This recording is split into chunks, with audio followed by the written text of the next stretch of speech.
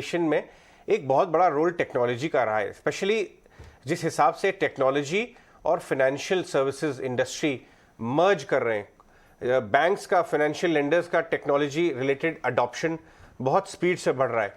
तो हमने सोचा कि इस बारे में डिस्कस करते हैं एक ऐसे शख्स के साथ जो लेंडिंग इंडस्ट्री में 3 दशक से ज़्यादा रह चुके हैं और अब वो टेक्नोलॉजी के स्पेस में भी बहुत लास्ट 4-5 सालों में उन्होंने टेक्नोलॉजी और फाइनेंशियल सर्विसेज में बहुत ज़बरदस्त काम किया था जब वो चेयरमैन थे देश के सबसे बड़े private sector public sector bank SBI के, और अब ऑफ कोर्स वो भारत पे के चेयरमैन है। मिस्टर रजनीश कुमार आज हमसे बात कर रहे हैं। रजनीश जी, गुड मॉर्निंग, और ET Now स्वदेश में बात करने के लिए बहुत बहुत धन्यवाद। आपने तो दोनों साइड देखे हैं बहुत अच्छी तरह से, टेक्नोलॉजी पोर्शन जो आपने योनो बिल्ड किया था SBI के लिए, और ऑफ कोर्स लेंडिंग जो सिस्टम है, किस तरह से लेंडिंग लैंडस्केप किस स्पीड से चेंज हो रही है टेक्नोलॉजी की मदद से, क्योंकि आपके बहुत सारे पीयर्स भी टेक्नोलॉजी को अडॉप्शन को बहुत स्पीड से लेके आ रहे हैं। अगर उस पर कुछ राय शेयर कर सकते हैं।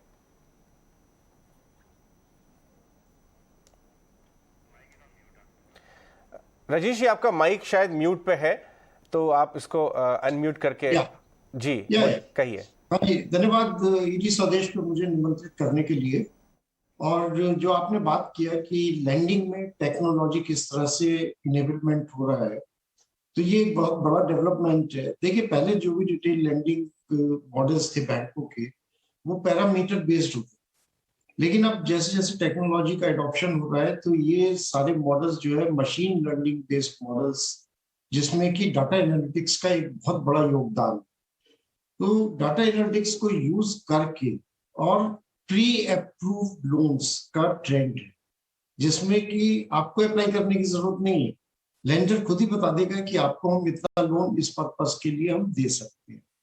और एक बड़ी लोन बुक किस तरह से बैंक्स, NBFCs और टेक्नोलॉजी कंपनीज तीनों इस तरह से अपनी लोन बुक का एक्सपेंशन कर। जहां तक इसमें रिटेल लेंडिंग और माइक्रो और स्मॉल एंटरप्राइजेस, इनको सबको फायदा होगा। एग्रीकल्चर लेंडिंग में भी फायदा होगा, क्योंकि एग्रीटेक भी एक बड़े पैमाने पे अब एडॉप्शन होगा है। और जो कॉर्पोरेट लेंडिंग होती है वो थोड़ा जजमेंट बेस्ड होती है और उसका मॉडलिंग डिफरेंट होता है। तो अभी कॉर्पोरेट लेंडिंग पे इसका कोई एज सच इमीडिएट इम्पैक्ट नहीं। जी रजनीश जी, गोइंग फॉरवर्ड, क्योंकि एक बहुत अच्छा जो स्पर्ट है पूरे ही डिजिटल पेमेंट्स इकोसिस्टम में हमने देखा, चाहे वो लेंडिंग हो, लोन्स हो, पेमेंट्स हो, सभी में एक बहुत अच्छा स्पर्ट हमने ड्यूरिंग द पैंडेमिक देखा था, और एक नई ट्रैजेक्टरी में ये पूरा इकोसिस्टम चला गया। अब यहाँ से आगे ऑन एन एवरेज किस तरह का ग्रोथ सिनारियो आप देख रहे हैं इस इकोसिस्टम के लिए? इकोसिस्टम में देखिए, अभी जहां तक पेमेंट सिस्टम है उसमें अगर UPI के ट्रांजैक्शन नंबर्स देखते हैं तो एक साल में बहुत बड़ा इस नंबर का विस्तार हुआ है। लेकिन अभी अक्टूबर और नवंबर के जो नंबर्स आए तो वो थोड़ा स्टैटिक, तो एक सर्टेन लेवल के आने के बाद वो थोड़ा स्टैटिक हो जाती है। ये एक एक्सेप्टेबल चीज है। और इंडिया का जो पेमेंट सिस्टम है अपने आप में एक बड़ा विश्व में अनूठा सिस्टम इंडिया ने डेवलप किया है। और डिजिटल के लिए जो पब्लिक प्राइवेट पार्टनरशिप में डिजिटल इंफ्रास्ट्रक्चर इंडिया का, वो एक बहुत अच्छा इंफ्रास्ट्रक्चर है। तो इसमें ग्रोथ तो आएगी और एडॉप्शन भी बढ़ रहा है। पेंडेमिक से उसको पुश इसलिए मिला क्योंकि जो एक ये था कि भाई हमें कोई चीज टच नहीं करना है, तो इसलिए डिजिटल का एक्सपेंशन हमने इस पीरियड में देखा है। लेकिन जैसे जैसे एडॉप्शन टेक्नोलॉजी का बढ़ता है मास लेवल पे, तो फर्दर ग्रोथ एक्सपेक्ट करी जा सकती है। कोई नंबर तो मेरे लिए इसमें कहना कि इतना % ग्रोथ होगा या क्या ग्रोथ होगा वो तो मुश्किल है प्रिडिक्ट करना। लेकिन जो इंडिया का इमरजेंस है, जो इकोनॉमी ड्राइव हो रही है by digital, by startups, financial technologies company, तो ये बहुत अच्छा संकेत है। इससे जो इकोनॉमी की प्रोडक्टिविटी है ओवरऑल, उसमें प्रोडक्टिविटी गेन इंडिया को जरूर मिलेगा। ये जो इस समय टेक्नोलॉजी जैसे फिनटेक, बहुत सारे हम देख रहे हैं कि फिनटेक्स टाई अप कर रहे हैं लेंडर्स के साथ, तो लेंडर्स का जो लास्ट माइल का इशू था वो फिनटेक्स पूरा कर रहे हैं। आपको लगता है कि ये जो पार्टनरशिप बन रही है इसकी वजह से जो next generation of credit wave आ रही है उसमें एक्चुअली एनपीए की पॉसिबिलिटीज टेक्नोलॉजी की मदद से कम हो जाएंगी क्योंकि quality of credit disburse will be higher.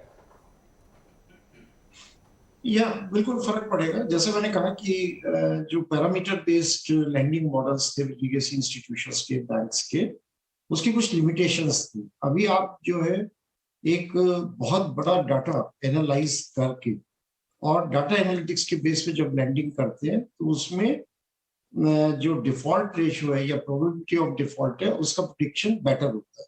और इसी की वजह से एक ये जो टेक्नोलॉजी कंपनीज के प्लेटफॉर्म्स हैं या बैंक्स ने, अपने भी कुछ बैंक्स ने प्लेटफॉर्म डेवलप जो करा है, तो एक टेक्नोलॉजी का कॉम्बिनेशन और बैंकों के और टेक्नोलॉजी के टाई अप का वजह ये है कि बैंकों के पास लाइबिलिटी गैदर करने की जो मशीनरी है वो एक बहुत बड़ी मशीनरी है।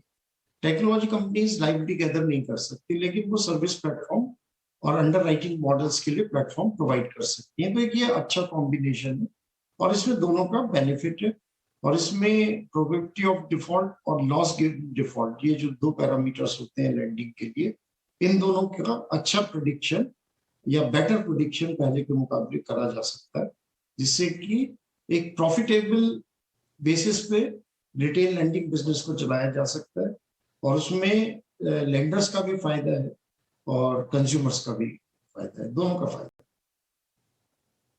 है। जी, आखिरी सवाल एक आपसे, क्योंकि आपने इतने लंबे अरसे से इंडिया में पूरा क्रेडिट सिस्टम देखा है, इनफैक्ट आपने बहुत ही शानदार किताब भी लिखी है अपनी memoir the custodian of trust.